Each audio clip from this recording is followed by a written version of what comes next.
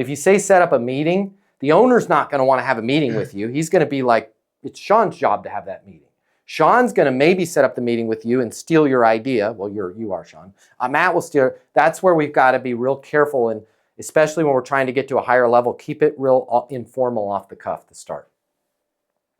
And you wouldn't even try set up a meeting because we're selling their products. I feel like a face-to-face is necessary given the brevity of the situation.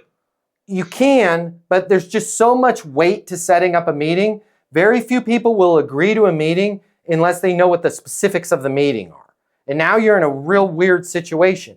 But if it's an idea or an insight, wanted to make sure you are aware of, and then you say, how are you dealing with it? And they're like, man, this is interesting. You can say, man, does it make sense for us to set up a formal meeting? We can go through all this, right? We're just slowing the process down.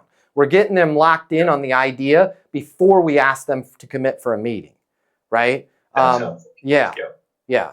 Hey, it's Matt Easton. If you like this video, you're going to love this. I'm about to give you my closing mini masterclass absolutely free for you. Click the link here and I'm going to cover the $300. You're going to know how to close. Life is about to get a lot easier for you. No strings, no catches. I'm going to give you the closing mini masterclass for free right here, right now. I'll see you on the other side.